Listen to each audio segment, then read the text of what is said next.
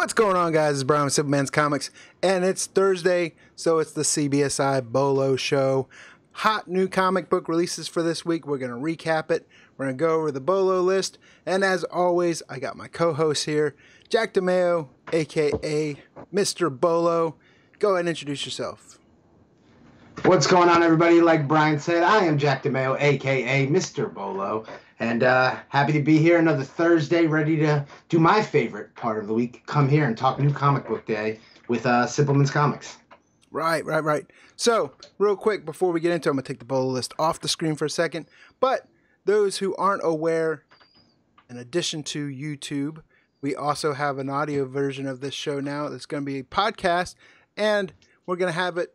Well, we do have it. It's available on iTunes, Google Play, and Stitcher, and it's the CBSI Comic Book Bolo podcast. So just search for that on those platforms, and should be able to find us. If not, reach out to us, and we'll definitely get you in the right direction. But we do have an audio version, so to anyone listening on the audio version, I want to say hello to you, and they aren't catching it live, but it is up and available usually the next day after the live stream. So, haven't gone into that. As always, this show is sponsored, and we had him as a guest on here last week, and that is Nick Dortman from SlabbedHeroes.com. He is currently camping out in a hotel room. He just posted on Instagram. He's got his pressing machine set up already in his hotel room, but he's out at C2E2 just probably like a lot of other people are doing this weekend, because I know there's a lot of people going to C2E2. I've followed it to the chat, especially if they're in the Midwest. But yeah. So, having said that, the reason why we're here, of course, CBSI Bolo list. Jack, do you just want to give a quick recap of what the CBSI Bolo list, when it comes out, all that good tasty stuff? Yeah. So I mean, we've grown it with the live stream. I think we've taken that for granted sometimes, that we may be bringing in new people. So we definitely want to touch on that. The Bolo list is something we created originally on the CBSI IG, and it is a kind of snapshot of what social media is talking about as it refers to new comic book day, the releases coming out. What are people buzzing about? What are readers anticipating reading? What are speculators speculating are going to be the hot variants? What first appearances have already leaked onto the market?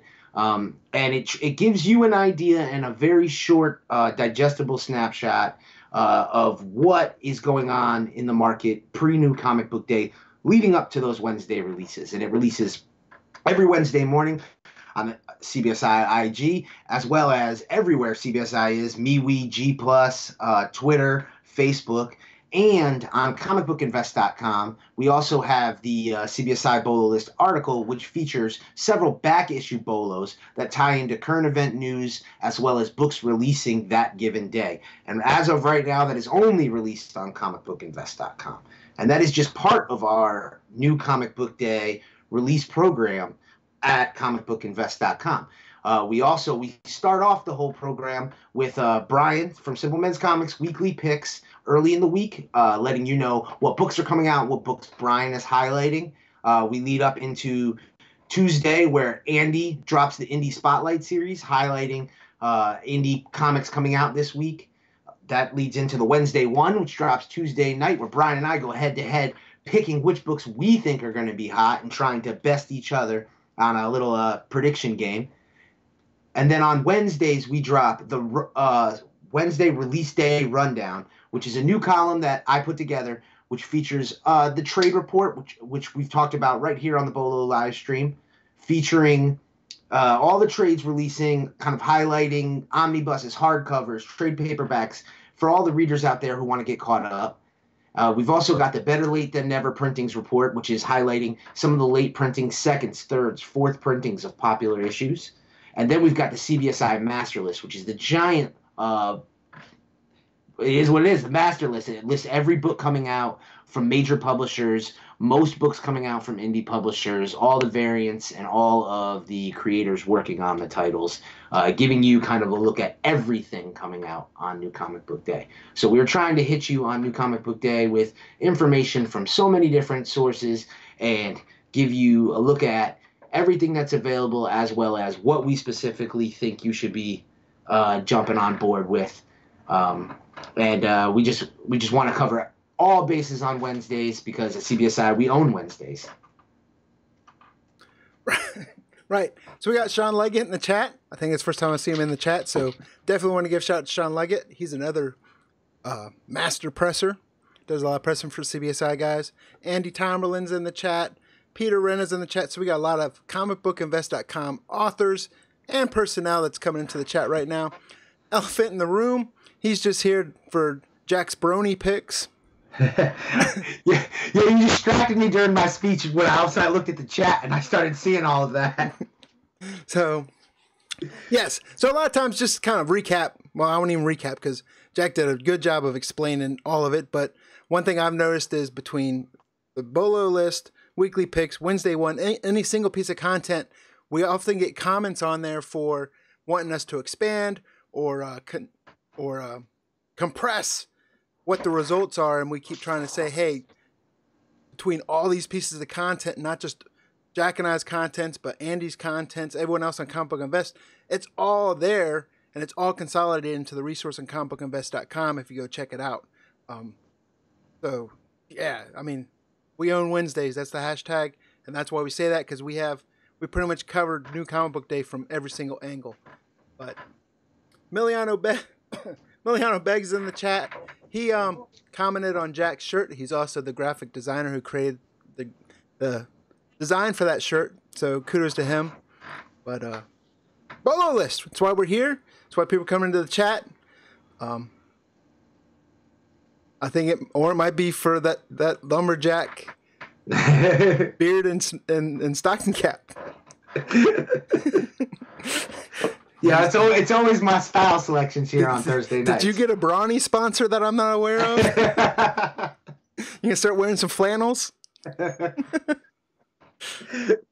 But so Bolo list, real quick, we go through first appearances. We got reader buzz, variant buzz, and then Jack always has a long-term play at the end. So we're gonna go right into first appearances this week. Really short list, which is really good. And first on the list we have is West Coast Avengers number 9, which someone else commented, and I'd have to agree with them. I didn't think this would make it to 9 issues, but we have, and It's there for a reason. But it can't be that big because there's only one cover from Marvel, right? Right. But first appearance of what? New Masters of Evil? Let me guess, a team? Yes, another team, and a team that's existed. So the team isn't called the New Masters of Evil. It's the Masters of Evil, and it's a new incarnation of them. I'll be honest with you, the first appearance probably in and of itself isn't something I would think is going to hold water long term. The one thing I will say is when I was kind of I didn't read this issue like I think a lot of people, but when I was doing my research on it, I will say there was a lot of mainstream, I won't say mainstream, but kind of comic book news media coverage on this issue. The issue deals with kind of cults and kind of like a dark horror themed story, and there was a lot of coverage on it. So there is some reader buzz with the issue.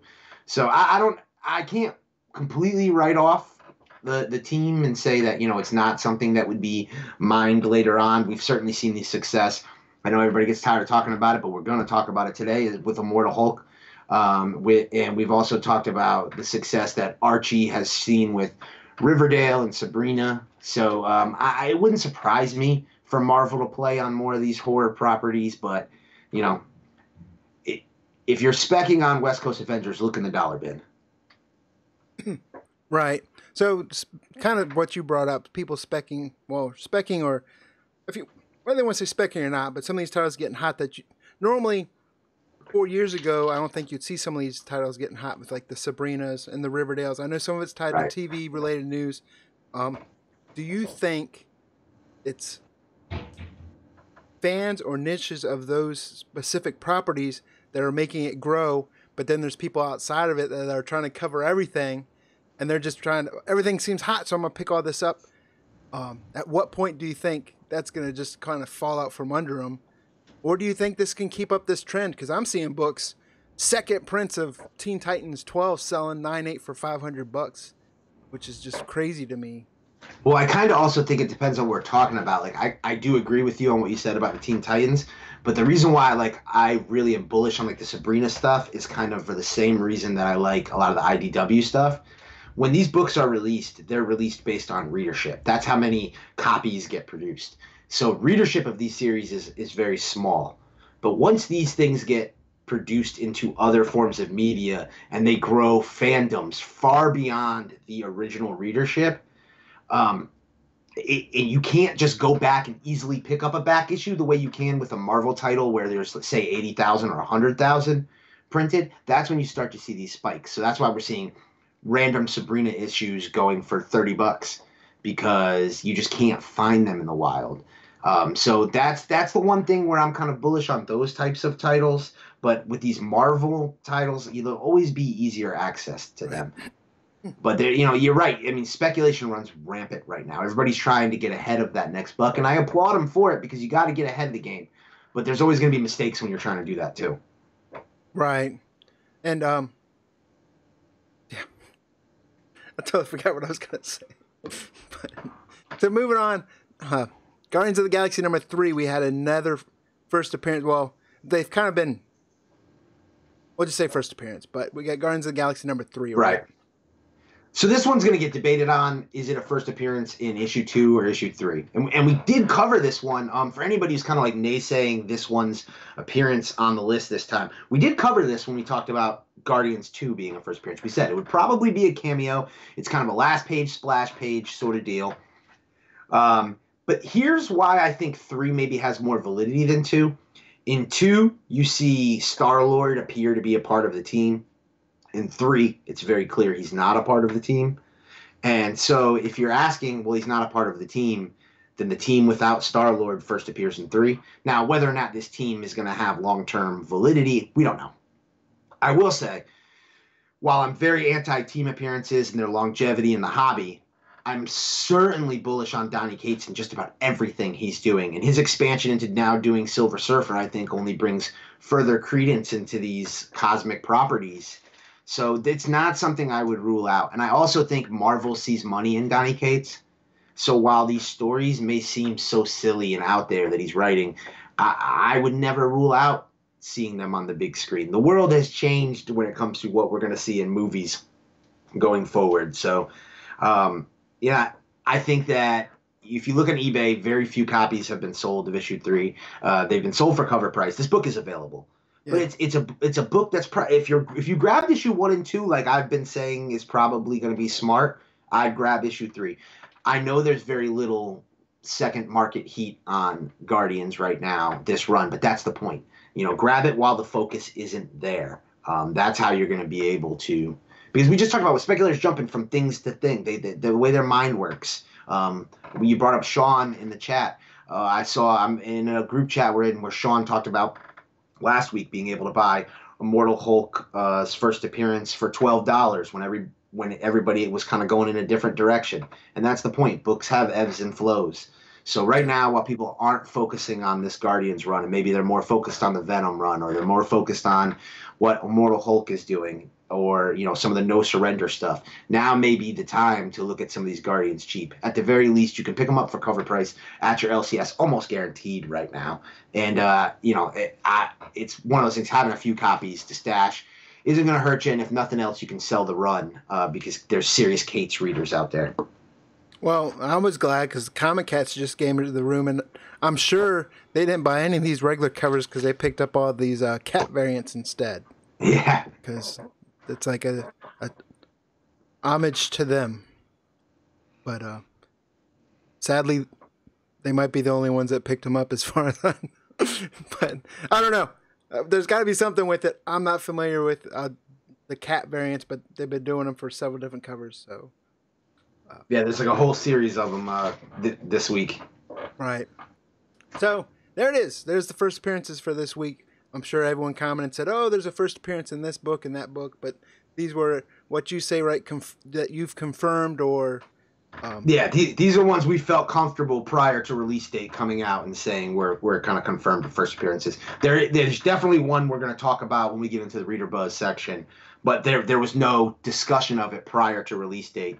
So no one's kind of saw it coming per se. Right. So some other people that have come in the chat. We got Blue Green Elephants. David Seeking Near Comics is in the house.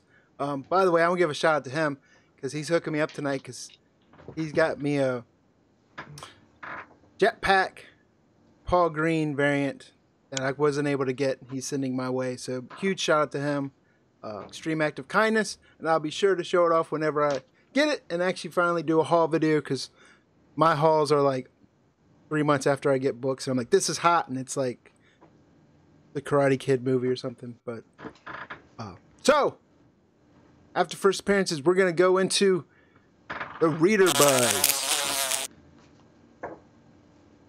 And kicking off reader buzz this week, we have Batman number 67, right? This had, what was it? Dan Stevens did the variant. Was it Dan Stevens?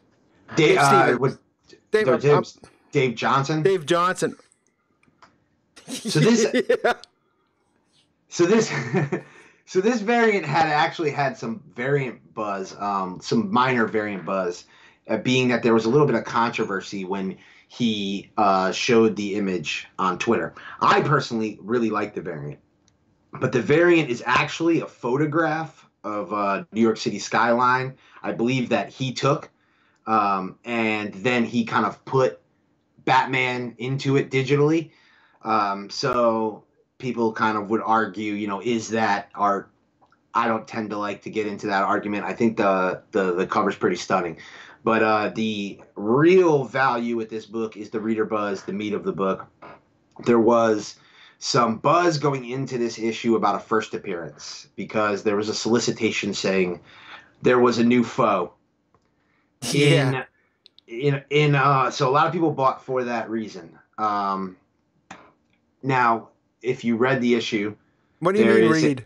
It's like 7 words, I think, in it. But there is a sort of new foe, a person who appears to be a new foe, who turns out to be a very old foe.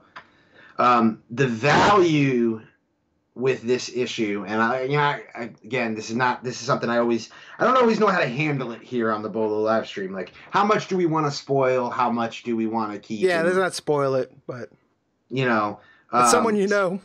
But it's someone you know. But as best I can without giving it away too much, I don't think the fact that the character is an existing character necessarily tanks this issue. And the reason I'll say that is because remember when this whole thing was being worked on by Scott Snyder originally. And we were kind of given this idea of multiple personalities. We still don't yet have an idea of who is who and what is what. So this issue could turn out to be very important later on. Yeah. So it's one of those things you're not going to know that immediately. Time is going to have to tell. So, old foe, new foe. We'll have to really see how this whole thing shakes out again without giving away too much. But yeah. So yeah, there was 7 words in it, but I still enjoyed the issue because it was just basically one big chase scene, right?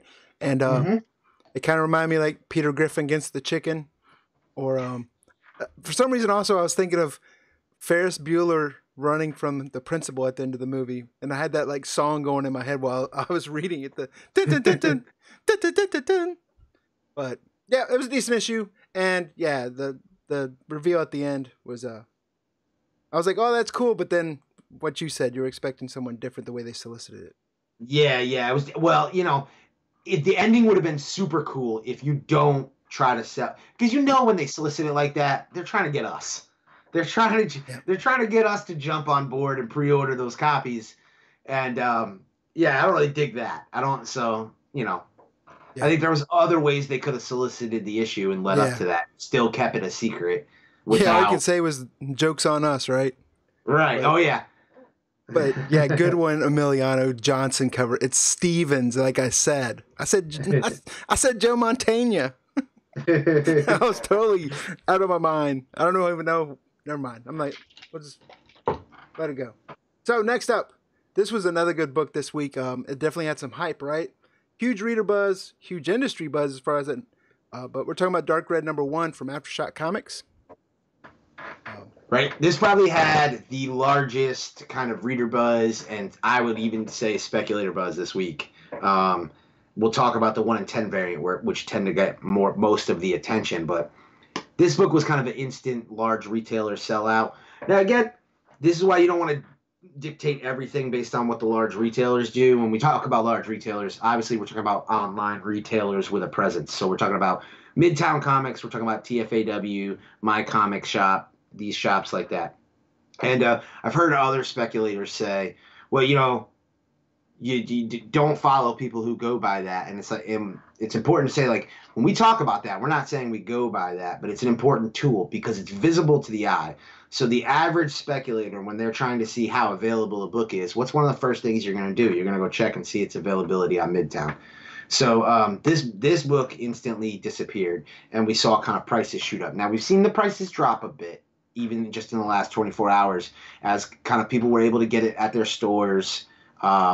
I think that Aftershock is also a publisher who's good about selling copies. I think you'll be able to find copies from Aftershock at conventions and such. But the book has some serious heat on it. You can say that the heat comes from some controversy. There's some subject matter, obviously, within the book dealing with racial issues that tends to draw controversy, and controversy tends to sell. But the book comes from Tim Seeley, who has done some really great things, some really great work. And Aftershock has done a good job kind of publishing and promoting some of these indie titles that have gotten heat on the secondary market. So I would say that while Cover A may not have hit some of like those $20 to $25 heights that its initial quick sellout at large retailers may have indicated, I would say stick with it. If you see those copies at cover price, grab them up, because I think the buzz is real. And I also think people tend to focus on the variants a lot of times in these issues and leave that Cover A and don't focus as much on that, especially for flip potential. Right. And I noticed, like, because I went back, and I know you can't use Comic-Con as true print run numbers, but it's one of the tools you have to gauge. And a lot of Aftershock's #1 issues, they're under 7,000. Lollipop Kids. I mean, I went back probably about a year and a half, and some of the bigger titles that came out. This one, I don't know how much buzz it had before FOC, but it definitely within the past few weeks had it. I read it. I really enjoyed it. I think they're stupid if anyone's talking about racial. I don't even know. You know what I'm saying? I didn't get into that from it. Right. It's judging a book by its cover. Yeah. That's what it is. You see the Confederate flag. You see the kind of Nazi symbolism, and people tend to assume it's going to go a certain direction. Right. But it was a good story. It was kind of like, kind of reminded me of True Blood a little bit, but like in a good way. Like the first 1-2 seasons of True Blood, not like the later seasons. But and there's a lot of store exclusives out there. Right. And that's what got my attention first about the book, is that stores jumped on board, and then they produced store variants. And that tends to get your interest as a speculator, because, it means that publishers are really pushing a book because they're pushing it to retailers to produce for exclusives. And it lets you know that there are retailers that believe in a book enough to invest their money in it. So, that lets you know something right off the bat. So that was the first thing that kind of got my attention about this book. Right. So, Elephant in the Room's asking if there's anyone in the chat that presses comics. I don't know if there is or not. Slabbed Heroes. I know he'll be working on getting that going. Yeah. Before we go too further, I know it popped up on the screen, but I just want to say shout out to Andy from the Indie Spotlight series on the Super Chat. I did notice that. I was mid-speech, but I do want to say shout out to him. Definitely. I'm not doing good tonight. Oh, no. Normally I mispronounce artist names today, and I just said the completely wrong person. I don't even know. Is Dan Stevens? I think he's an actor. But anyways, moving into Reader Buzz. This was another hot book that people definitely picked up steam on, and that's the Golden Sun #5. Mad Cave Studios. Go ahead. One of two kind of popular releases Mad Cave had this week. Mad Cave dropped Knights of the Golden Sun #5, as well as Honor and Curse #2. Both books kind of had solid buzz and got good attention in the secondary market. I think that the reality is that Knights of the Golden Sun is a proven winner. We're on, say, 4 issues plus of going for $10 post-release. So at this point, retailers know Knights of the Golden Sun is a proven commodity. Honor and Curse, I think, if anything, it may have gotten hurt coming out at the same day as Knights of the Golden Sun. But at the same point, there was some solid buzz for Honor and Curse #2 as well. But this was a tough week. Lots of big time reader buzz, lots of releases. But I think that there were a lot of people grabbing both Mad Cave releases from their store. But we're still hearing the same thing. We're still hearing a lot of reports from people in the community that their LCSs really aren't stocking many Mad Cave releases, or that they're not seeing that. And I know that the Mad Cave crew does a really good job of trying to get out in touch with retailers and into retailers and make themselves available. So we'll have to see if that continues to grow as the popularity of the brand grows. But yeah, it looks like another winner in this series. There's 2 more issues left. It's a 7-issue miniseries, at least for volume 1. We'll have to see if it comes back. The popularity has been there. I think Mark London's got a big hit on his hands.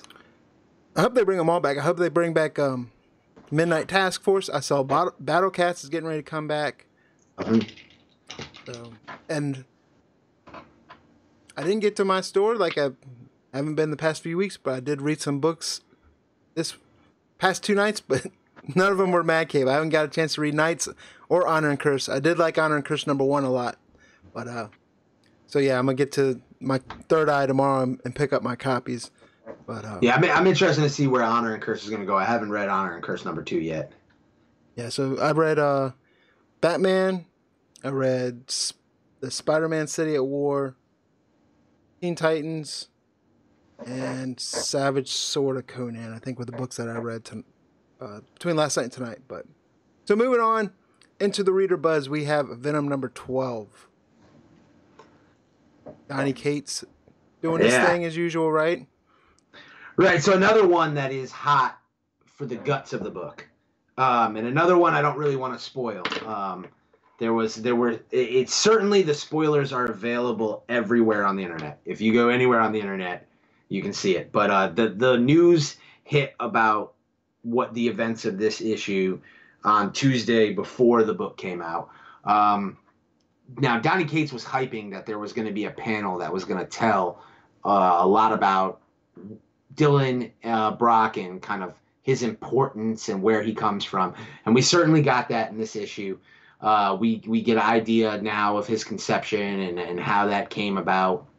And it opens the door to a lot of questions for Dylan and his importance. So this is a very important big issue. I don't know that necessarily from a speculation standpoint that the issue itself is going to be a big dollar issue. When I say it's a big issue, what I mean is it's a big issue in the context. It's a big part of this run. It continues to, and I put this in the back issue Bolo section on comicbookinvest.com, but it continues to add credence to the value of Venom #9 and Venom #7, the cameo and first full appearance of Dylan Brock from this series with Donny Cates, because his importance and his role in the story continues to increase as we roll on.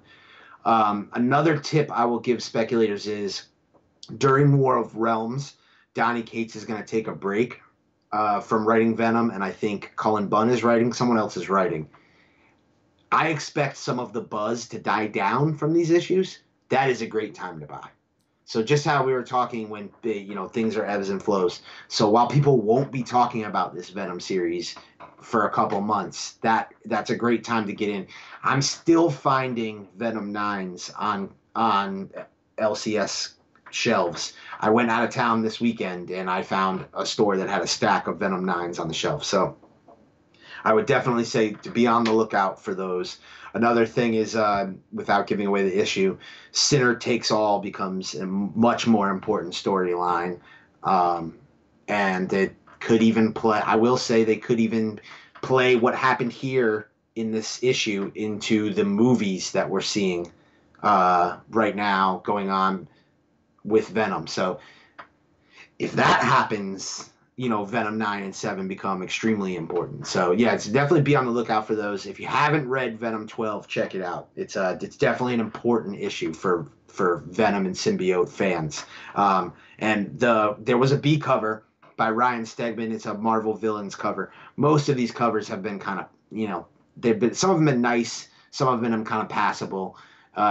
Both you and I have talked about not loving these Marvel theme variants, but I will say this one is nice because Stegman is the artist on the current run, and I know that Donny Cates has said at some point he would love to bring Peter Parker into the story, so I think it kind of gives you an idea of what that would look like. I think if that was an incentive, that would be a hot incentive. Right. There was another, it was Avengers number 17 that came out this weekend, this week, the Lee Garbett. I actually like that Spider-Man's villain cover also, but yeah, I'd be curious. You know what I'm curious at? I wonder what Donny Cates' workflow is. How does he? I'm writing Baby Teeth. I'm writing Redneck. What's right? How does he? He's also doing like the God Country movie. He's writing the script for.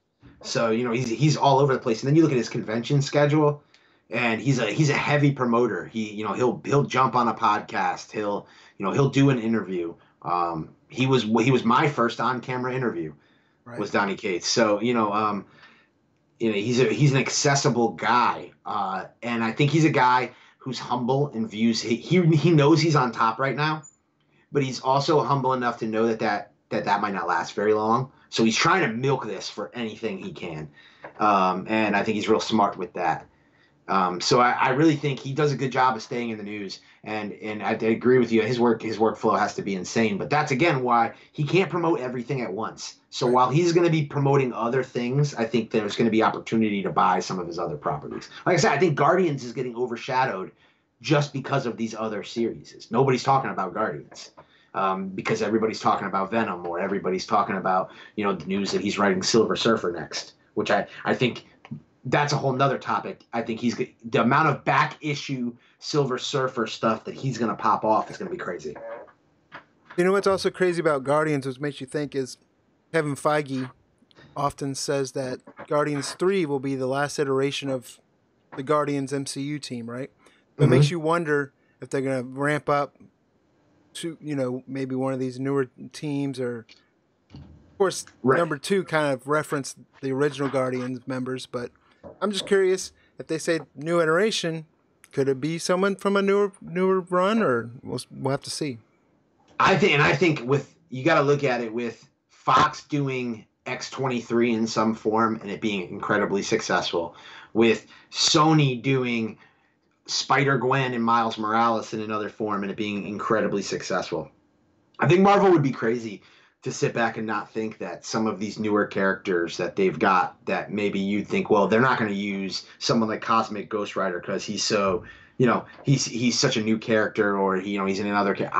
I can't rule anything out, because especially since, think about this, they're not going to do the Punisher anytime soon in the Marvel Cinematic Universe. They've got John Barenthal and that whole situation with Netflix. So if they're not going to use the Punisher for the next few years, I feel like Cosmic Ghost Rider is wide open. Right. So we got a lot of people in chat. Just looking to see if there's any questions. Some stuff I'm missing. Comic Chief is in the chat. He's got an awesome YouTube channel as well. Comic Cats, they keep coming off and on. They're having Wi-Fi issues at McDonald's. They're back on. They had to order a McDouble to get the Wi-Fi password. But so moving on, we also in the Reader Buzz, we have Jack's favoriteest pick. My Little Pony Friendship is Magic 78. Now, we cut that little promo last week and put it on Instagram, and it got a lot of good results. What was it? Yeah. 3 men and a brony? But yeah, it piqued some interest. Is this the third Bolo show in a row you have a My Little Pony book on your list? Right, which is why, I literally almost omitted this book simply because I said I cannot do another My Little Pony book. But I had to do it. I absolutely keep the trend going. I had to do it. So, and especially since this book honestly ties into one of the books we talked about before. The reason why this book is popular, it plays right into issue 75 that we talked about. So I've got some good content here. Now, whether or not anybody jumps on the pony train or not, I don't know. But here's the deal. When it comes to these pony books, we've got two separate reasons why these books have popped off. Nightmare Nights has popped off because you've got a low printed miniseries, and the incentives are obviously even more scarce. And while there is a small group of hardcore pony fans, when you're talking about a small grouping of variants, especially variants that look real good, they're selling for high prices. Issue 75 of My Little Pony, we talked about it being a double issue, but we also talked about it being a first appearance. And when you look at the cover for issue 76, cover A, which sold out at large retailers, you see this new character. This new character's name is Cosmos. Now, I've went and done my pony research to figure this out. And when you go and do a little bit of light Googling on Cosmos, what you realize is that Hasbro teased this character a very long time ago. So this has been a character that was conceptualized and designed mid-2018. There were rumors that this character was actually going to be the main villain in the My Little Pony movie, which then it wasn't. There's the most popular villain is another male character named Discord, and this character is supposed to be so big and so bad that they have to team with Discord. The ponies have to team with Discord to go against this character. So Cosmos is supposed to be your Thanos, if I'm putting this into terms that we can understand. So cover A, showing the full character reveal, showing the full cover. It immediately sold out at large retailers. There was buzz on cover A. So that's why that sold out. Cover B, I think, is still available. The incentive sold out. But it is important to note that the first appearance of this character is last month's double issue, is issue 75. And that the 1 in 10 book, which we talked about, it was my sleeper pick on the Wednesday one, is going for about double ratio, but still hovering in that $20 range, still very accessible.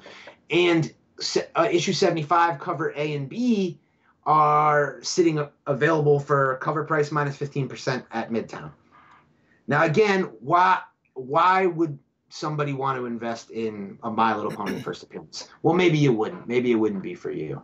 But my logic to this is that you have a whole cast of My Little Pony fans. And if you take the judgment of who they are away, and even if you just look at it, my two daughters, this is a character that Hasbro is behind and is going to put a lot of resources into. And if we were looking at a Marvel or a DC character that one of these companies was going to push, like I said, this is a big deal. This is a Red Goblin. This is a heavy major push from a from a publisher, and this has been anticipated by fans for months. They've been waiting for this appearance. And it's why you've seen the popularity. And again, if you want evidence of the popularity and the validity in investing in issue 75, all you have to do is go look and see issue 76 selling out. This is clearly a character that has popularity within the community. So judge the community if you want, but if you're like me and you really don't care and you're just about trying to make money, it's something to keep an eye out for. Because I'm not above it, so yeah, I'm gonna stop you right there and say thanks again, and Andy gave us another super chat for your My Little Pony research. So I'm just gonna start calling you Genuine, because it's all about the pony. But yeah, so it's good information. I mean, I sit here and I poke fun, but you back it up with good information. Some of the stuff I would never even be aware of, but it's still, my whole thing is buy what you like. A lot of good information there, but I don't like it. But other people out there, they're gonna go after My Little Pony, and like you said, there's a reason for it. It's good spec, put it that way. But and my other logic is the fact that I know so many people aren't gonna like it. So the fact that so many people aren't gonna jump on it is why you can make money on it if you do, because you're playing with a lesser competition. Yep. So yeah, it's not my swim lane, but that's just why I poke fun. But I'm definitely not going to hate on it because I know there's stuff out there. But yeah, Andy, thanks again. And I'm going to start getting to where I'm just going to yell on the microphone. And you just gave another super chat right in the middle of your talk. But yeah, we got, well, it's not Stifler, but what is it from Dude Where's My Car? Up shows up on the screen saying yes for the super chat. I forget his character's name. He's Stifler. That's all. That's what he's done. Sean William Scott, but we just know him as Stifler. So, next for the reader buzz was, it had a lot of reader buzz to it. Conan, we're talking about Avengers No Road Home number 6. Right. So another one where I guess you could argue first appearance.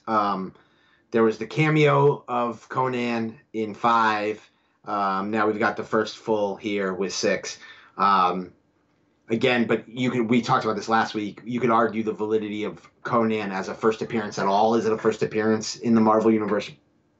Is that something that is even really something we want to really document? And then what do you do with the what ifs and this, that, and the third? But it's important. It's hyped. Bottom line is it's just cool.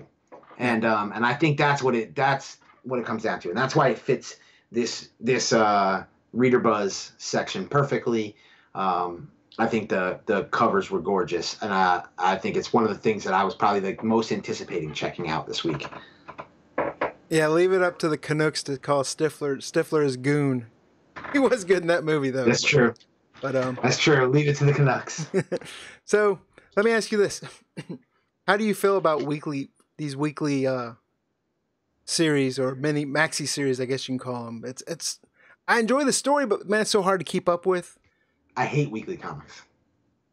You know what burnt me out on weekly comics is when DC got heavy into them. Yeah. I remember I was like hooked on. I just jumped back into reading comics heavy. I was hooked on reading the New 52 Batman run. Right. So then they started coming out with Batman Eternal. When they hit me with Batman Eternal and Future's End at the same time, and really neither story was compelling me per se.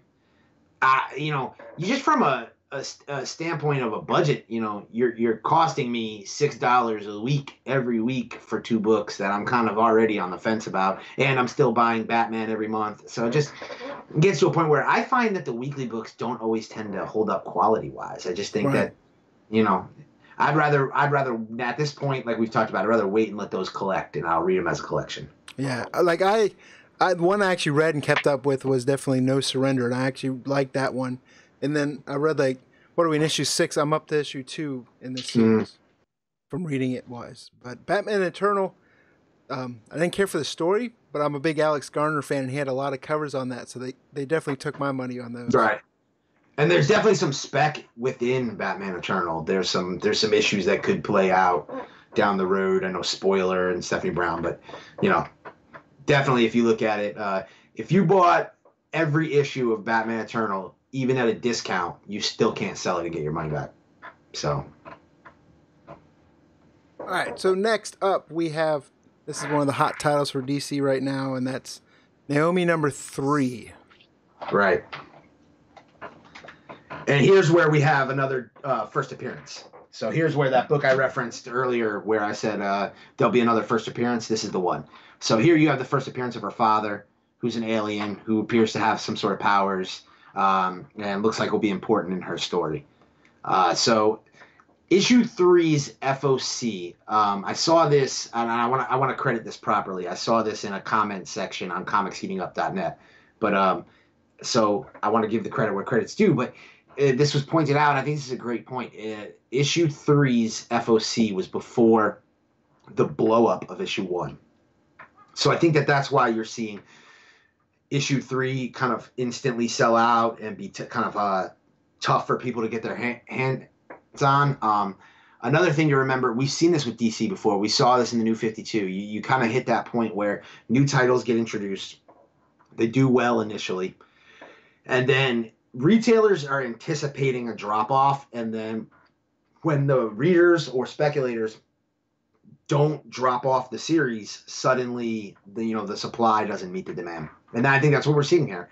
So issue 3 was tough to find for most people. Most people were reporting that their stores had very little. And I think something to note is this is a 6-issue miniseries. All we know about this character is that she's going to be extremely important in the DC universe. So important, we've already advocated grabbing those first appearances. And we know that, that this series is going to build her world and tell her origin story. So, I mean, honestly, I think while we won't see the repeat of this issue, retailers are going to get hip to it. I already think FOC has passed for issue 4, so I don't think retailers can adjust just yet. I think it would be wise if you believe in the Naomi spec, holler at your retailer, put a pre-order in for a few copies of issue 4, issue 5, and issue 6, because I think that we don't know what other first appearances. There's definitely going to be issue either 5 or 6, a first appearance of Naomi in costume. We definitely know we have that coming. But I also think there's going to be value in selling the sets as a whole. I would also keep an eye out. I'm sure DC, if they haven't already announced it, will announce a second print for issue 3. And I would keep an eye out for that because they usually do kind of a short sell on FOC for those. But, yeah, there's a lot of buzz on this series. And I don't want to over pump it, but I'm a believer personally in the series because, I just think that we got to remember these are corporate entities. And when a corporation puts their money behind something, and they put a lot of money into Brian Michael Bendis to bring him in from Marvel, they're expecting Edge of the Spider-Verse. They're expecting to be able to create IP that's going to, help fix some of their problems in the cinematic universe. So at this point, I'm very bullish on Naomi. It does not surprise me that this happened. Right. So FOC for number 4 is actually this coming Monday. Okay, so there you go. So you got a little bit of time. So there you probably will see a spike, because if I was a retailer and I'm sitting there on Wednesday and I'm seeing what's happening, I'm calling Diamond and upping my orders for issue 4. So you may not be able to see that pop to $10 to $12 that we're seeing for issue 3 immediately with issue 4. But the key is that if you bought issue 1, if you bought issue 2, if you bought issue 3, people are going to look to keep going in the series, and there could be further first appearances. And even the $10 to $12 that issue 3 has hit probably isn't what it could hit. We don't know yet the importance of the first appearance of the father. Another thing I'd keep an eye on for is, give it another week or two, some of these first print number 3s may drop in price. You may start to see this book available for $6, $7, $8. So keep an eye out for that, because it's a book I'd probably grab myself if I could grab it for $5.99 shipped, $6.99 shipped. Right.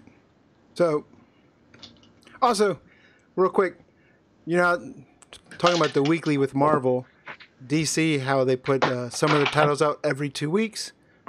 Well, this is a monthly, and because I'm so used to some stuff being every 2 weeks, I thought there was a gap between issues 2 and 3. I thought it was longer than a month, but I looked, issue 2 came out February 20th, so it was about a month.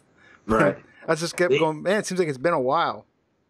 Well, issue 2 is another one to keep an eye out for. Not that anything important happens in issue 2, but I've hit some LCSs in the last couple weeks in a couple different towns, and I've seen issue 2 everywhere. There hasn't been issue 1s out there, but issue 2's sitting on shelves. And you got to kind of look at it. Issue 1's important. Issue 3's important. A lot of people are going to at some point want those issue 2s. So I would take a look at that. Yep. Especially for cover price. You're talking $3, $4. So next up on Reader Buzz, which is everywhere right now, and that's Immortal Hulk number 15. Real quick, I saw some people's comments through social media, Instagram, Facebook. LCSs were charging like $10 or so for both for like either cover. I won't say both covers, but $10 for the cover A and $10 for cover B. So there's definitely buzz on this title. Right, and this is the bad side of speculation, but it's not on us, the individual speculator. But what happens is retailers sometimes can be slow to adjust, and I think retailers were very slow to adjust to Immortal Hulk. They were looking for, everyone kind of expected this to die down at some point, but we're 15 issues deep, and the hype just continues to grow. Now, issue 16 is something I would keep an eye on, because Marvel did open that up for a store variant. There is an incentive. We discussed right here on the show that Slabbed Heroes ordered a bunch to do like speculator packs. So I think you're going to see a lot of retailers kind of doing that sort of thing. So it's one of those things to really kind of keep an eye on. But so it's always tough when you hear about retailers doing things like this and trying to take advantage. The best thing we can do is don't buy those $10 copies. Let them sit on those $10 copies, make them drop those to cover price. But that's also why we talk about the importance of pre-ordering. If there's a book that is coming out that you want, make sure you're pre-ordering. But yeah, issue 15 continues the storyline in a positive direction. We get a reintroduction of another character. Again, I don't want to spoil too much, but if you go to the back issue Bolo section, we talk about it. It's also something that we did talk about. One of our sources, our confidential sources, hit us up and let us know about a little back issue Bolo that Marvel was talking about. Marvel actually literally Boloed some back issues to retailers and let them know, hey, you need to be picking these up. So it was something that we wanted to let the community know that this was going on, and we didn't know where it was going to pertain to, but it didn't take long. So I hope everybody jumped on the comicbookinvest.com article and grabbed those back issues, because that article was definitely up before apps and other websites commented. So we definitely, I don't want to say we had it first, but we were up there. If not first, we were darn close to it. But so the Immortal Hulk, the spec is real on Immortal Hulk. We're seeing that. We're seeing what those back issues of Hulk 12, 13 have done. Now there's a lot of spec moving on to Hulk 27 and 28 from that 2000 and run for the cover appearances. But definitely keep an eye out for that going forward. But be a little more cautious with 16, I would say. Right. So the B cover, the Marvel's 25th tribute to Alex Ross, was that one that LCS had to qualify for to order? I know it was supposed to be regular price, but it seemed like a lot of shops didn't get it from what I was seeing. Yeah. I think you would have had to have qualified for it. I'm a little confused why shops wouldn't be qualified. Again, I don't want to judge. I don't ever want to judge a retailer. It's easy for me to sit here on the mic and say, well, retailers should be doing this or retailers should be doing that. But, we talk a lot about, the state of the industry and retail shops closing. Well, man, if you're not ordering heavy on Immortal Hulk months ago so that you would qualify for these issues, man, you're missing the boat here. So, but that may have been what happened on some of these. Right. I hate personally when I walk into a shop and cover Bs are more than cover price. I think on release day, any book that was intended to be cover price should be cover price. Right. So next in the Reader Buzz section, we had Spider-Man Life Story #1. We got Chip Zdarsky writing this, right? Right. This is one I expect to be a fun read. I think this is one I'm going to pick up in a trade. Chip Zdarsky, basically what he's doing here is he's doing something that I personally have often said is missing in comics. In comics, we get snapshots of these superheroes' lives. It's like The Simpsons. Right. It's funny. I could even make an argument against. I could make an argument against like Damian Wayne's spec. I could make an argument against any child spec, because my argument is that spec exists because people think that person is going to be the next Batman. And my argument is, well, DC will never let that happen. They may do some Elseworld story, but they'll never replace Bruce Wayne. And we've seen it. So because of that, we miss so much of the story. And there's so many questions that get left unanswered. So I'm very excited to read Chip Zdarsky take a character like Peter Parker. And again, I think I've said this on the mic before, a character I don't really connect with. He's not a character. I've never been a big Spider-Man fan. But I'm very interested to see him take this character that we're all familiar with and then to take him throughout the course of his life and to see him as a superhero at all stages of his life and what that looks like. And to be able to imagine some of the things he could get into, I think that's going to be fun. And I would like to see that sort of thing done with more characters. And I also like when Marvel gives the freedom to the creators to do this kind of thing. I think we've seen it. I'm a big advocate of the X-Men Grand Design series from Ed Piskor. I think when they give the freedom to these kind of eccentric artists to do their thing, I think they get the best work. So I'm interested to check it out. It's something I anticipate. I don't know that it's going to have a ton of spec value, because I don't know that anything's ever going to come from it. But at the same point, I think that it's something to keep an eye on from a reading perspective. And it could be something, depending on what the print run looks like, that sets do well. But outside of that, I would say it's probably a good read. Pick it up in trade or pick it up on a monthly series. Check it out. And if anybody read issue 1, let me know how it was. Yeah, Brick Hunter said it was boring. Really? My only thing what I would say is to that is, well, I want to see where it's going to go, you know? It's hard off one issue. And I put faith in Chip. I'll tell you one thing I do like with Chip Zdarsky is I'm loving the new Daredevil right now. But not issue 3 comes out this week. But yeah, I'm interested. I'll have faith in Chip Zdarsky, and plus one issue in, I forget how many issues. What is this, 5 or 6 issues? This one's something like that. So it's kind of like a middle-sized miniseries. Oh, and John Megan in the chat said retailers had to meet or exceed issue 12 orders to qualify for issue 15 variant and Immortal Hulk. So thanks for that info. That's good info. And then that's what I'm saying. Like, I don't want to judge a retailer. If I'm a retailer, there's no way, seeing where this has trended, I would have ordered less than whatever I ordered with 12. But again, that's easy for me to say that on the mic right now. It's not my money. Yeah. So last for the Reader Buzz section, we have the Spider-Man or Marvel Spider-Man City at War #1.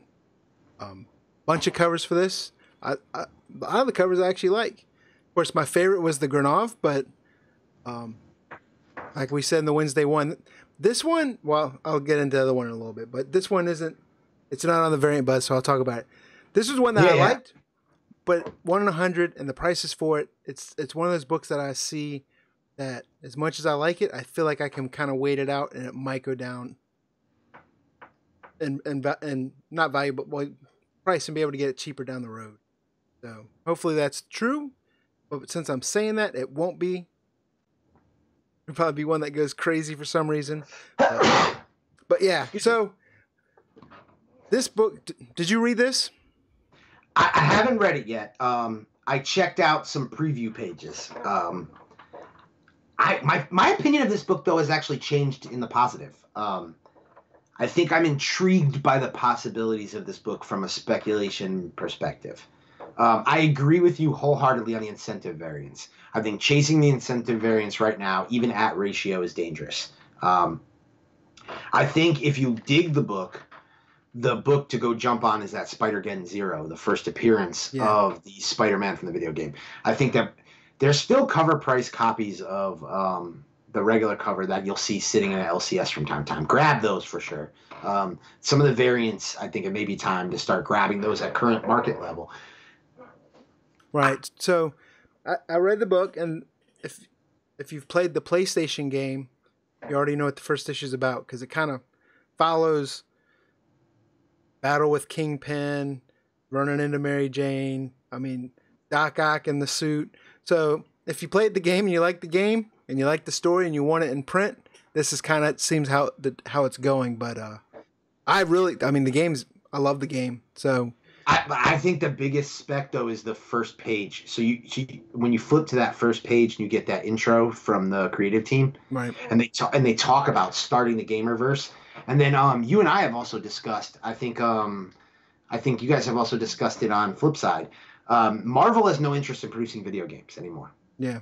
So you're going to see no more in-house production on video games. So instead, they're going to license out their video games.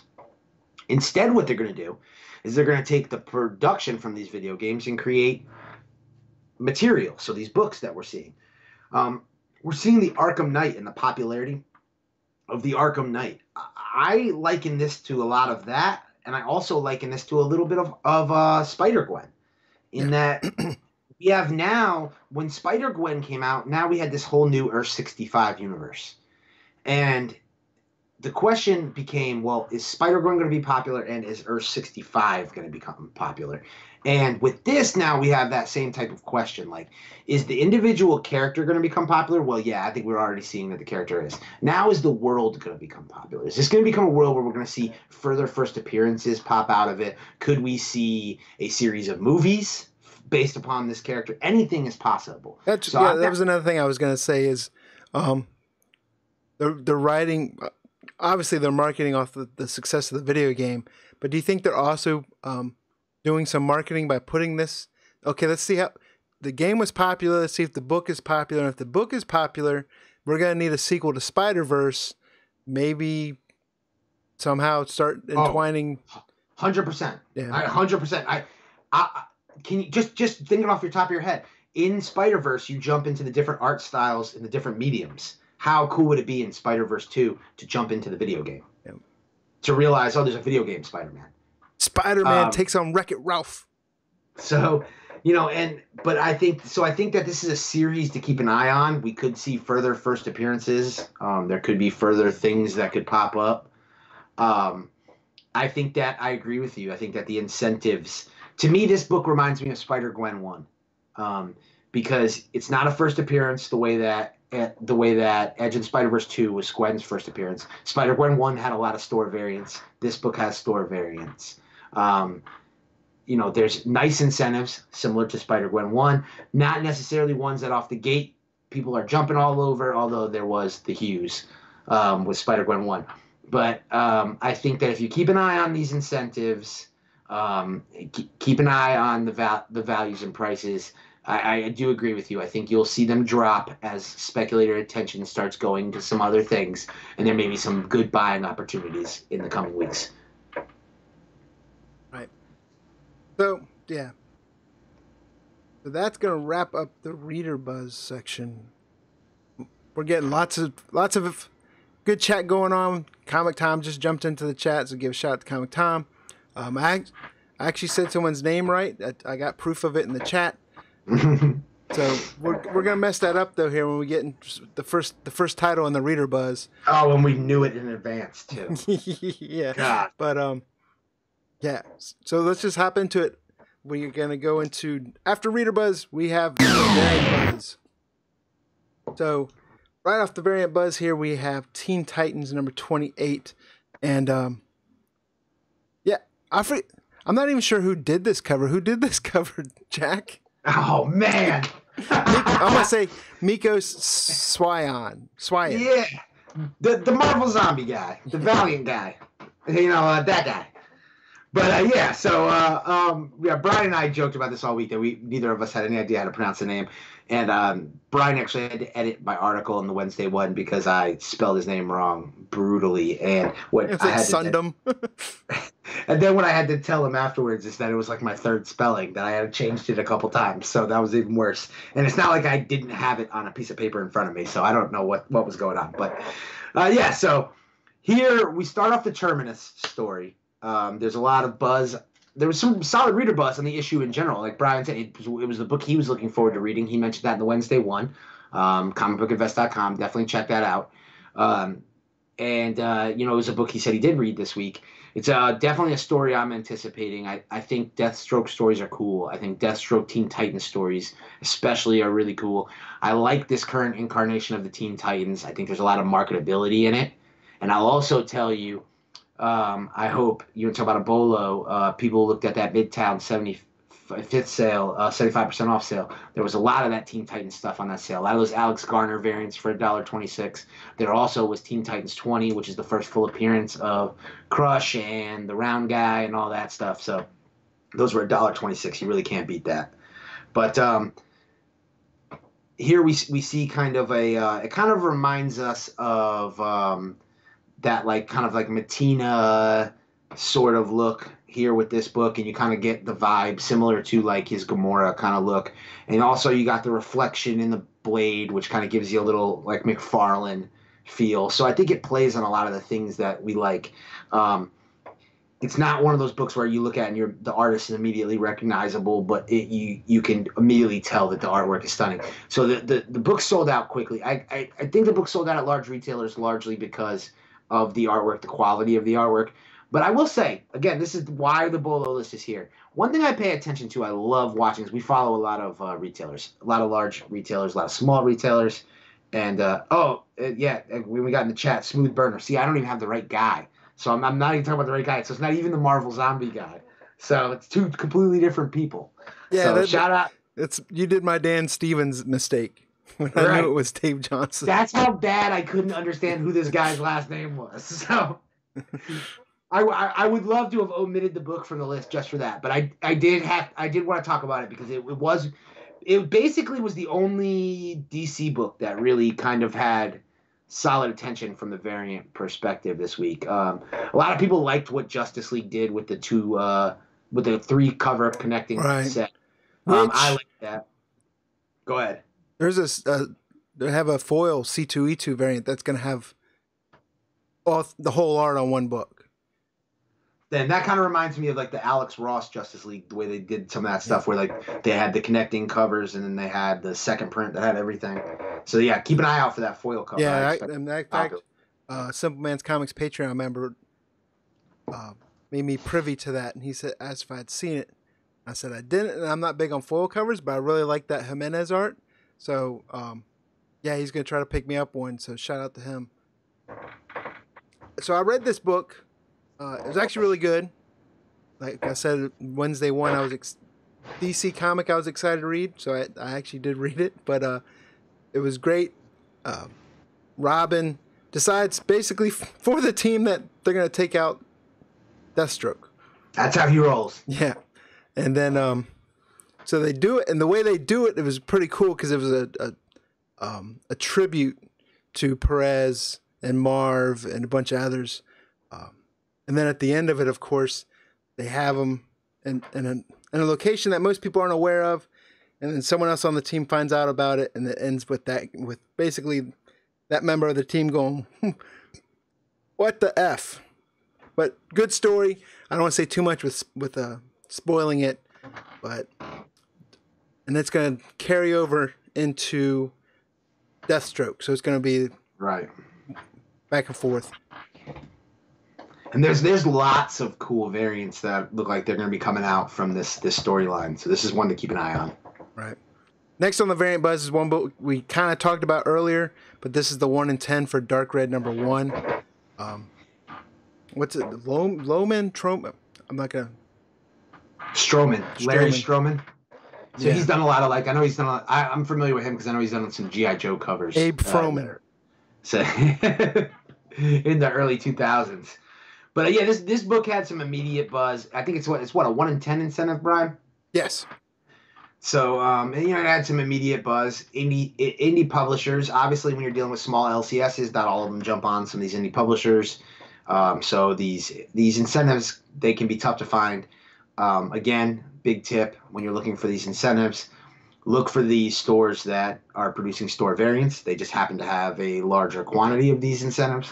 Look early though before the buzz hits if you're looking for these incentives, because oftentimes you can find some of these 1 in 10 incentives for ratio, but many times far less, as little as I've seen $6 for 1 in 10 incentives of this type. But the most recent sale is about $40 to $43 on this, so you're getting a solid return on a 1 in 10 investment already. There were some initial sales that were jumping to almost $70. We've seen the kind of cooling on that as copies hit eBay. And again, that's typical.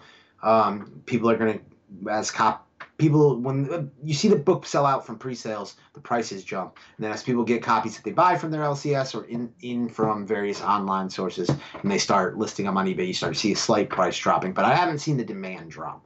So it's something to keep an eye on with this book. And as we also mentioned, there are some store variants that there's some great artwork on the store variants, but I think if you're investing in this book, the incentive is probably the one to get. I want to see a combined universe with, well, we're one issue in, but I enjoyed this issue. I want to see a combined universe of Dark Red, Redneck, and Southern Bastards, like all together. That would be crazy. Like TV show, movie. Yeah. So next up, in the variant buzz, we have Meet the Scrolls. This is the 1 in 25 Razov variant, right? This reminds me of who did that convergence, the convergence variant with what's her name and the dog. Yeah. That was Adam Hughes, right? No, it was. I'm just gonna leave it at that because I'm gonna say the wrong name or completely different. But this cover kind of reminded me of that it's very simple, but it has that. Well, Raza always does art that a lot of times you think is a picture. I mean, this doesn't, but Right. still a great cover. Um, Scroll is probably gaining some popularity after Captain Marvel movie, of course, but you had this actually in your Wednesday one, right? Yeah, this was one. This was one I had my eye on for sure. So I can't remember if this was my incentive pick or my spec pick. Might have been my spec pick. Um, so yeah, because you're buying this one at a 1 in 25 ratio. I think this is a no-brainer because, like we talked about, it's timing is everything. We mentioned this on the show.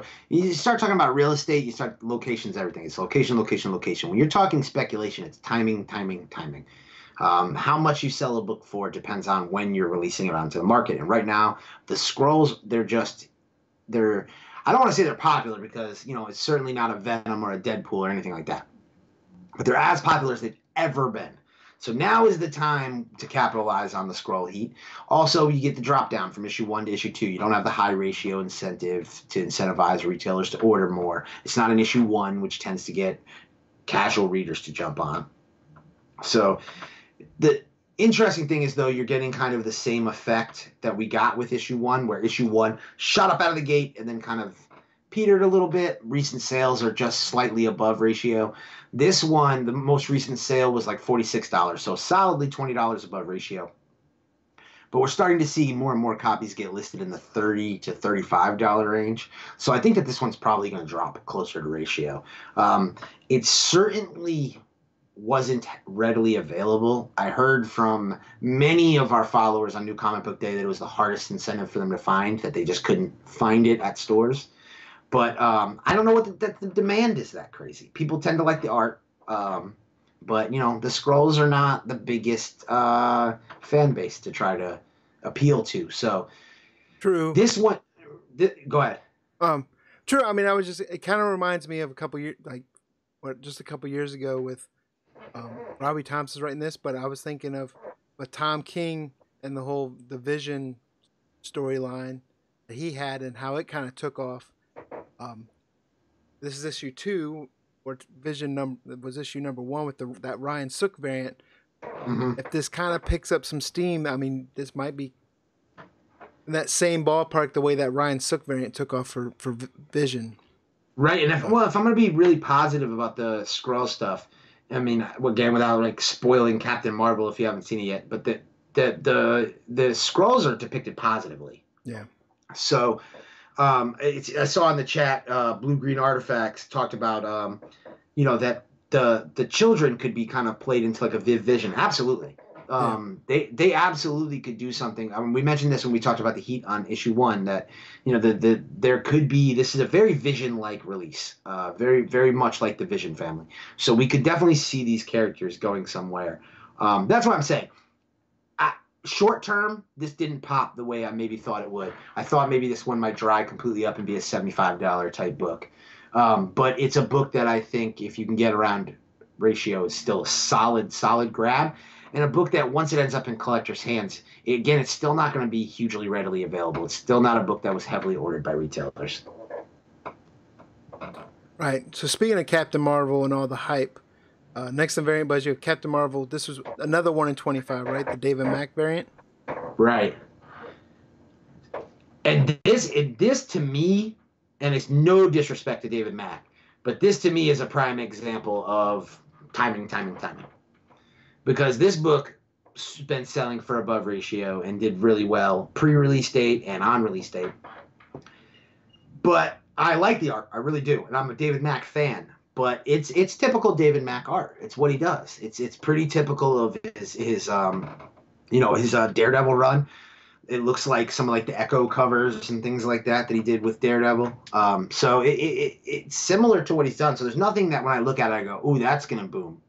But just timing. Issue 3 in the Captain Marvel series, again, drop offs from the heavy orders from issue number 1, and the time is right now with Captain Marvel. Her books are selling, and so people are searching and looking, and there's also a lot of speculator anticipation too. So that plays into it a lot. So where the price stays with this book long term, I don't know, because there's a lot of nice Captain Marvel variants out there. Right. And moving right along, next in the variant buzz, we kind of touched on this book earlier, but this is the incentive variants for Avengers No Road Home #6, which I almost started talking about it, but I was like, oh yeah, we got it coming up. Mm-hmm. Just like touched on the Adigranoff, the Alex Ross, 1 in 100 again here, right? There's a 1 in 25, 1 in 50, and 1 in 100 from left to right on the screen right now. Alex Ross, man, it's just one of those books that I love his covers, but whenever 1 in 100 comes out, the ratio and above, and then you see it kind of trickle down. So, and you even mentioned in the Wednesday one, I think you said as well that you're going to kind of wait this one out, but... Yeah, I want this one. I want this one from a personal standpoint because I think it's cool. But I also think from a spec perspective that I think people are missing the boat on the whole Conan thing. I think they're missing it. They're worrying about the labeling of it as a first this or a first that. I just think it's going to be important. I just think it's going to be something that people are always going to care about. And I know that Conan doesn't have the greatest history, but we can't talk about early 2000 Conan movies and try to compare that. This is a new day, and we're talking Disney, Marvel, and things like that. So, I want to grab some of these incentives around that half ratio point. If I can grab, because I actually like all of them. I think the 1 in 50 may be my least favorite. I kind of dig I can't even pronounce his name. Jim Chung or 125. I kind of dig that one. Last week we had Sloth Hulk, and that 1 in 25, you got like Ivan Drago Hulk up there on the top. Right. Nobody's gonna mess with Alex Ross. Alex Ross, quality is unquestioned, but I like these variants. So it'll be something I keep an eye on. I'm gonna watch prices because I just think that $100 initial price is tough. I think a lot of those high ratio variants, if it doesn't have that cover art buzz, if it's not hot purely for cover art, or there's a major first appearance in it, those high ratios are tough. They're tough to make over ratio on.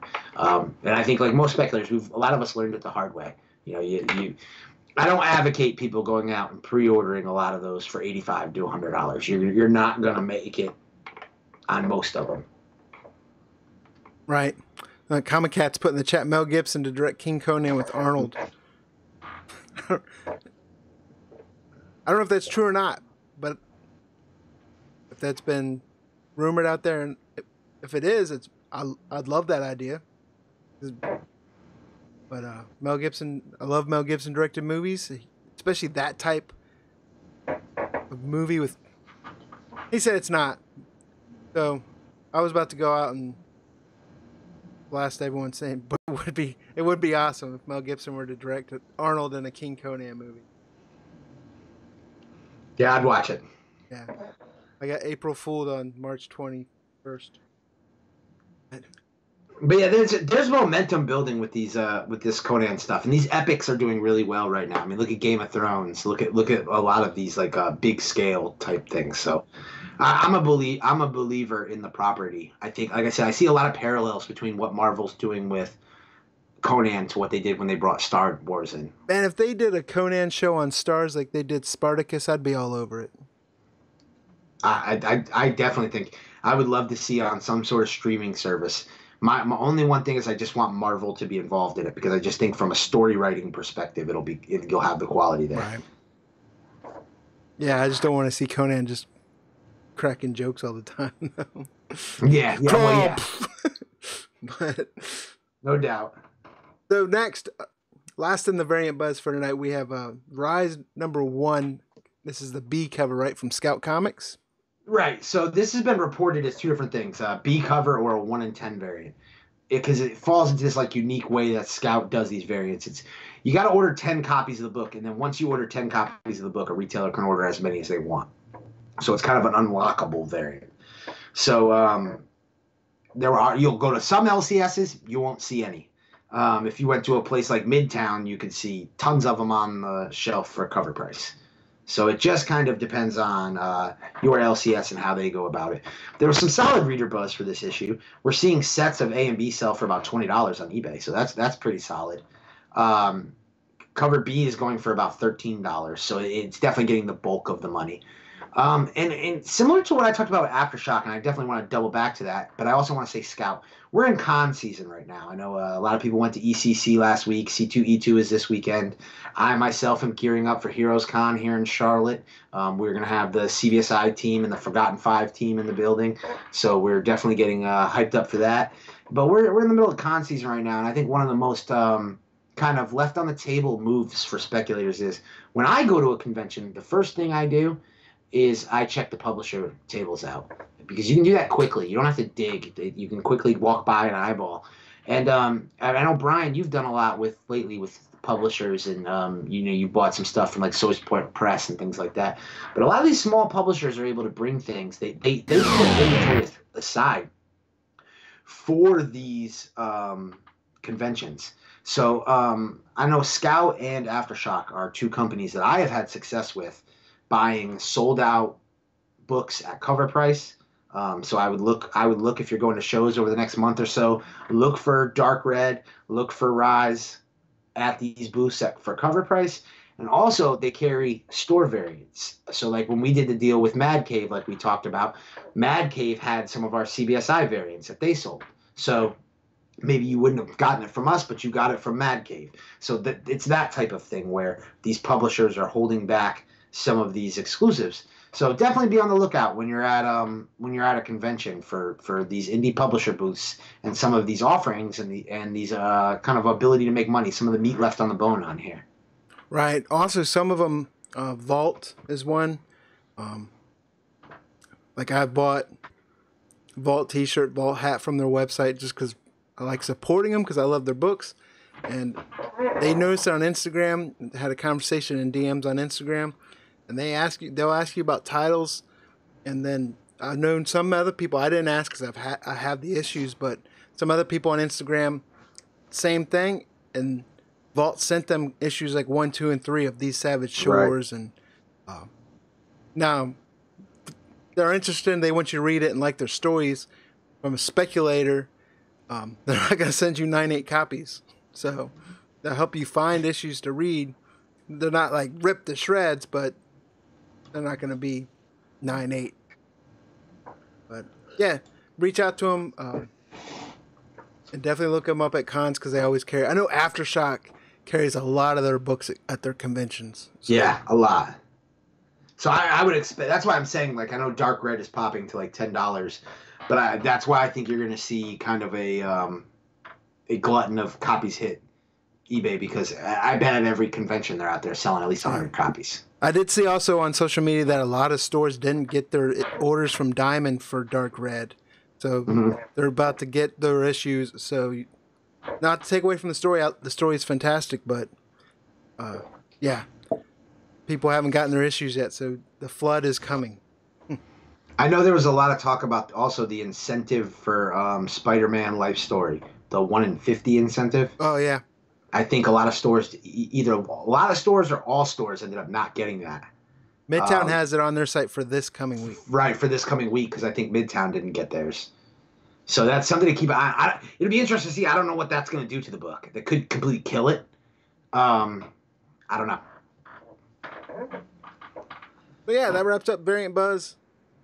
Still got a lot of people in chat. Always love to chat on this show. If you're listening on the audio version and watching on the replay, make sure you try to get in here live every now and then, because the live chat we got going on, they discuss a lot of stuff, but they get in their own conversation and just reading back. Sometimes I'll go and watch the replay and catch a lot of stuff that I missed. But always great to see people interactive in the live chat. And if we missed your questions and we don't get to address it, by all means, put it in the comments afterwards and we'll make sure we address it offline and get back to you on it. Absolutely. And also, I want to take this opportunity to jump in and say to, our replay listeners, as well as our audio only listeners, I want to say that, while you may not be able to participate in the live chat and get your questions in, hit us up on social media. Hit us up on @Simpleman's Comics, @AKA Mr. Bolo. Hit me up on Twitter @Jack P. DeMeo. reach out to us. Let us know what you want us to. If we're coming up on a week and you got a question about a book, we're doing this show every Thursday. We have no plans of slowing down or stopping. So if there's a book coming out you want us to talk about it, even if it's a book not on the Bolo list, if there's a book that maybe wasn't on the Bolo list but it's getting some heat and you want us to cover it, hit us up. Let us know. Let us know what you want to hear, and we'll make sure we cover it. This show is about our community, and we're trying to build that. So let us know what's going on. Definitely. Also, we got Stein in the chat. People don't know Stein. You probably know the CBSI Hot 10 list. That's the creator. So huge shout out to him. Comics hidden gem right there. People don't even realize that guy. That's my big goal, is to get everybody familiar. Ben Stein is the man. Yes. So yeah, CBSI Hot 10 author. And thanks for joining the chat. Yeah, and a member of Tales from the Flip Side. And Monday. Go ahead. If you're in the chat right now, Stein, you're listening. Are you at C2E2 yet? Because I know you're heading there, or are you going tomorrow? Because I know a lot of people have headed to C2E2 today. So, last on this Bolo list, is, as always, is your long-term play. And here we have, I mean, this title is just hot liquid magma right now, right? I mean, right. It's like probably going to 28th print at some point, the way it's been going. But... Well, actually, they said this is the final printing. So that's another reason why I think this is important. So, I didn't mean to cut you and jump in there. No, you're good. I was just caught in the chat. Stein's leaving in the morning. In case everyone... Okay. That's really important. Everyone needed to know that. But yeah, obviously, we've talked about this book several weeks. The heat on Die is real. I'm all caught up on reading it. Man, am I enjoying it. It's not typically a story that's typically for me. I'm not a D&D player. I'm not a role-playing game player. But when I'm reading it, I see it visually and cinematically. So I know that this is going to play on a big screen. This is going to be a big deal. We've heard a lot of speculation buzz. There's a lot of talk going on that we may be seeing an announcement soon. I've openly talked about how I missed the boat initially and I put my own money into this. I know that I've gone back and forth with Brian and Andy from the Indie Spotlight series talking about various purchases and things like that. We've all been trying to grab up some Die copies. It's one of those things. The book is buzzing. There's a serious buzz here. And I know a lot of people leave out later printings, but here's the thing.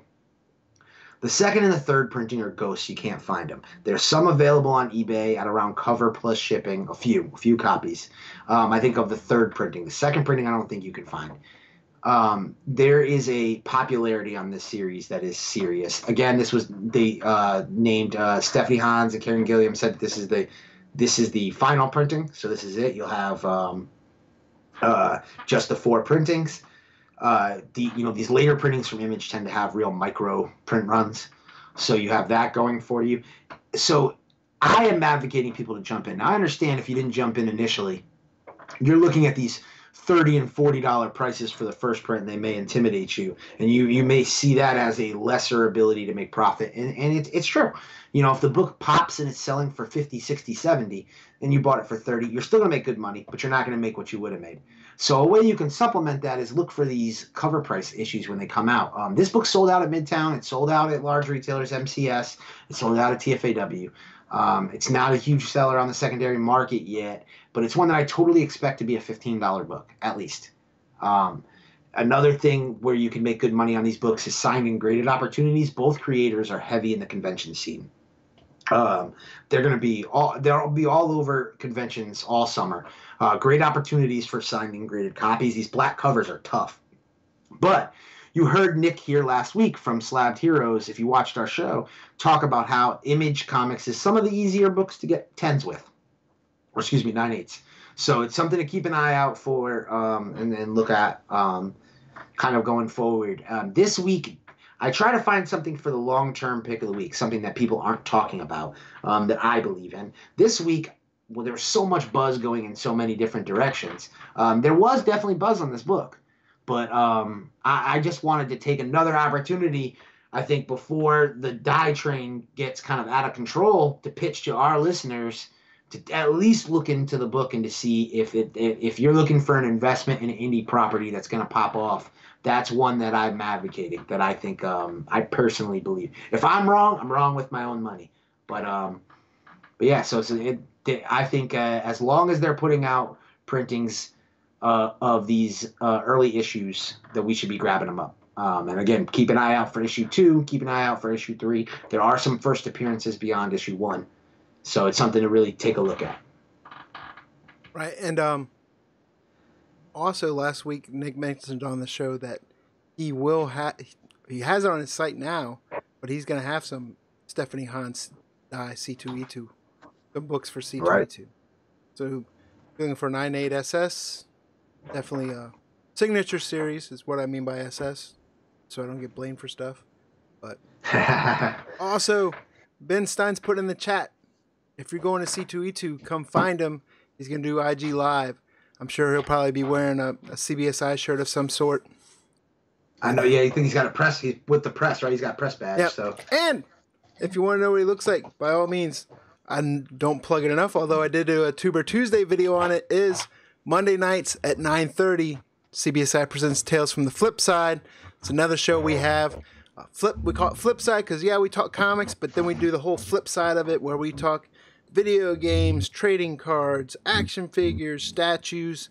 So definitely check it out, especially if you want to see what Stein looks like before you head out to C2E2. But, yeah, and check out Tales from the Flip Side. CBSI presents Tales from the Flip Side is the name of the channel. It's on YouTube, live every Monday night at 9:30 Eastern. But that wraps up long-term play. That wraps up the Bolo list. This was one of the better weeks of comics lately, I think. Yeah, I agree. I've pulled off to... I started doing my weekly picks for this following week. They've been slower coming out. Normally I was trying to get weekly picks out Friday, Saturday. Lately it's been Sunday. Soccer season's picking up. Work's been crazy. So I'm trying to keep a consistent schedule. One other thing that we're getting ready to start doing, you have the trade reports now in what article, right? You have it's in the release day rundown. So it's in the Wednesday rundown. But in addition to that, because we kind of took it off this Bolo list, we want to make it separate content. It's in the rundown. But we're also going to do a little short video on Simpleman's comics, trades that are coming out, MSRP prices. But we're also going to have links to where you might be able to find them cheaper. So definitely be on the lookout for those as well. Jack, yes. I'll let you have the last word before we get out of here. So I want to thank everybody for joining us in the chat, and I definitely want to make sure I want to double up on your plug. Make sure everybody keeps a lookout for that trade secrets report. I think Brian is almost underselling the value that he has added to that by going and finding these deals on these books. Every publication that's reporting MSRP is reporting the kind of comic shop MSRP, and we want to be able to let you know what books are out and kind of give you that cheapest value where you can find them. I hope that that's the first of many pieces of the AKA Mr. Bolo content that I can bring over to the Simpleman's Comics YouTube family, and we can kind of keep growing that relationship. So definitely, guys, let us know if there's any content you want to see from Brian and myself, or myself on Brian's channel. Let us know, because that's definitely something we want to continue to expand and grow. And it's because you guys have been so enthusiastic about what we've been doing that we've seen the value in continuing it and pushing it further. Right. So, with that being said, we will be live again next Thursday, 9 p.m. But in the meantime, make sure you check out Tales from the Flip Side Mondays at 9:30. Also, check out Unpressable Defects. They're live Wednesdays at, 10:30 p.m. Yep. Sean Leggett, Mel V, Coy, all great guys. Definitely check them out as well. But with that being said, guys, this is Brian and a.k.a. Mr. Bolo, Jack DeMeo, and we'll see you guys next week.